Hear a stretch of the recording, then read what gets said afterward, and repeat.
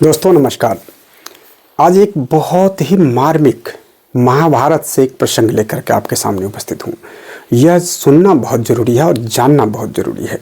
अगर यह प्रसंग आप जान लेंगे तो जान लेंगे महाभारत के पूरे पात्र को और जान लेंगे पूरे महाभारत को। तो वीडियो के अंत तक बने रहिए और जब वीडियो आपको अच्छा लगेगा तो लाइक कर दीजिएगा, सब्सक्राइब कर दीजिएगा और शेयर भी कर दीजिएगा चैनल को। आइए शुरू करते हैं महाभारत का एक मार्मिक प्रसंग और ज्ञानवर्धक भी।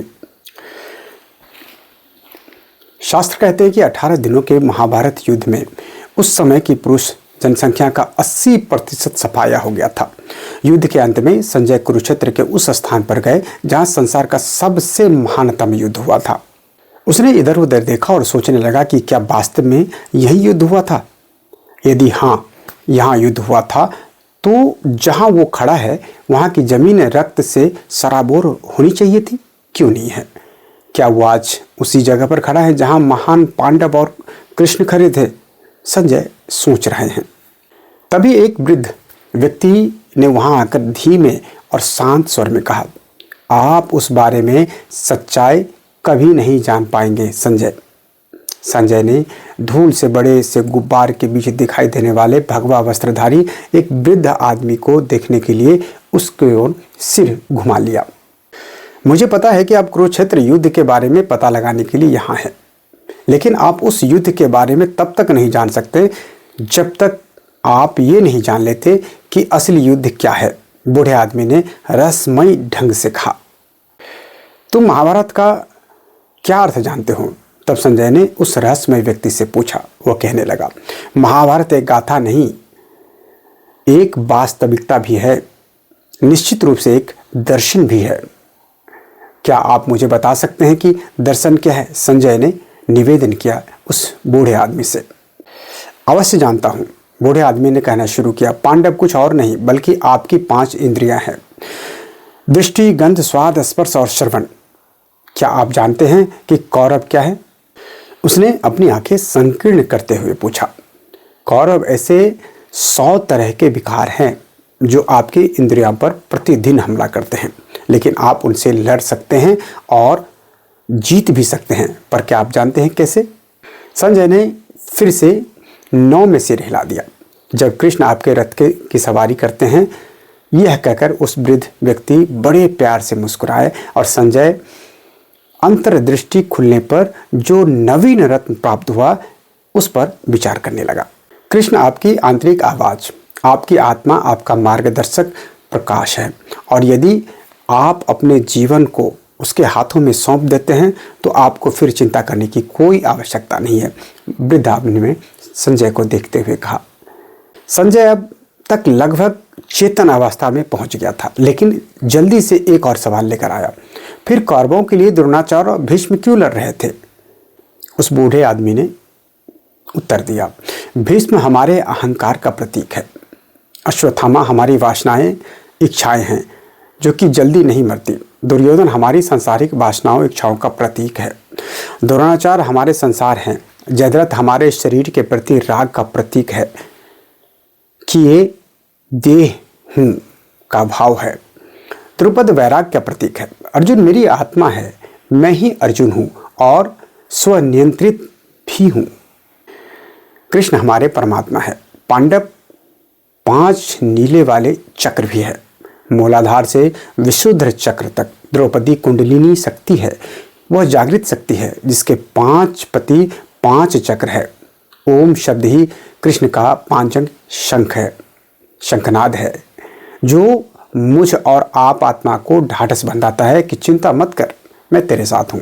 अपनी बुराइयों पर विजय पा, अपने निम्न विचारों, निम्न इच्छाओं, सांसारिक इच्छाओं, अपने आंतरिक शत्रुओं यानी कौरवों से लड़ाई कर, अर्थात अपनी मेटेरियलिस्टिक भावनाओं को त्याग कर और चैतन्य पाठ का आरूढ़ हो जा। अर्थात अपनी मेटेरियलिस्टिक भावनाओं को त्याग कर चैतन्य पाठ पर आरूढ़ हो जा। विकार रूपी कौरव अधर्मी एवं दुष्ट प्रकृति के हैं। श्री कृष्ण का साथ होते ही 72,000 नारियों में भगवान की चैतन्य शक्ति भर जाती है और हमें पता चलता है कि मैं चैतन्य आत्मा जागृति हूँ। मैं अन्य से बना शरीर नहीं हूँ। इसलिए उठो, जागो और अपने आप को, अपनी आत्मा को, अपने स्वयं सच को जानो, भगवान को पाओ। यही भगवत प्राप्ति का आत्म साक्षात्कार है। यही इस मानव जीवन का सर्वोच्च लक्ष्य है। ये शरीर ही धर्म क्षेत्र कुरुक्षेत्र है। धृतराष्ट्र अज्ञान से अंधा हुआ मन है। अर्जुन आप हो, संजय आपके आध्यात्मिक गुरु हैं। वृद्ध आदमी ने दुखी भाव के साथ सिर हिलाया और कहा, जैसे जैसे आप बड़े होते हैं अपने बड़ों के प्रति आपकी धारणा बदल जाती है। जिन बुजुर्गों के बारे में आपने सोचा था कि आपके बढ़ते वर्षों में वो संपूर्ण थे, अब आपको लगता है कि वे सभी परिपूर्ण नहीं हैं, उसमें दोष है। और एक दिन आपको यह तय करना होगा कि उनका व्यवहार आपके लिए अच्छा या बुरा है। अब आपको यह भी एहसास हो सकता है कि आपको अपनी भलाई के लिए उनका विरोध करना या लड़ना भी पड़ सकता है। यह बड़ा होने का सबसे कठिन हिस्सा है और यही वजह है कि गीता महत्वपूर्ण है। संजय धरती पर बैठ गया, इसलिए नहीं कि वह थक गया था, बल्कि इसलिए कि वह जो समझ लेकर यहाँ आया था वो एक एक कर धाराशायी हो रही थी। लेकिन फिर भी उसने लगभग फुसफुसाते हुए एक और प्रश्न पूछा, तब कर्ण के बारे में आपका क्या कहना है? वृद्ध ने कहा, आपने अंत के लिए सबसे अच्छा प्रश्न बचा कर रखा हुआ था संजय। कर्ण आपकी इंद्रियों का भाई है, वह इच्छा है, वह सांसारिक सुख के प्रति आपके राग का प्रतीक है। वह आपका ही एक हिस्सा है, लेकिन वह अपने प्रति अन्याय महसूस करता है और आपके विरोधी विकारों के साथ खड़ा दिखता है और हर समय विकारों के विचारों के साथ खड़े रहने के कोई न कोई कारण और बहाना बनाता रहता है।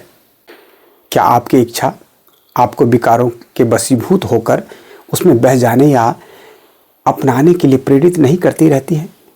वृद्ध ने संजय से पूछा। संजय ने स्वीकारोक्ति में सिर हिलाया और भूमि की तरफ सिर करके सारी विचार श्रृंखलाओं को क्रमबद्ध कर मस्तिष्क में बैठाने का प्रयास करने लगा। और जब उसने अपने सिर को ऊपर उठाया, वह वृद्ध व्यक्ति धूल के गुब्बारों के मध्य कहीं विलीन हो चुका था। लेकिन जाने से पहले वो जीवन की वो दशा एवं दर्शन दे गया था जिसे आत्मसात करने के लिए अतिरिक्त संजय के सामने अब कोई अन्य मार्ग नहीं बचा था। आशा करता हूँ कि हमारे द्वारा दिए गए ये छोटा सा प्रसंग जानकारी आपको अच्छा लगा होगा। अगर अच्छा लगा है तो आप साथ कीजिए और हमारे चैनल को लाइक कीजिए, सब्सक्राइब कीजिए, बेल आइकन जो है उसको दबाना ना भूलिए। राधे राधे, जय श्री कृष्ण, नमस्कार।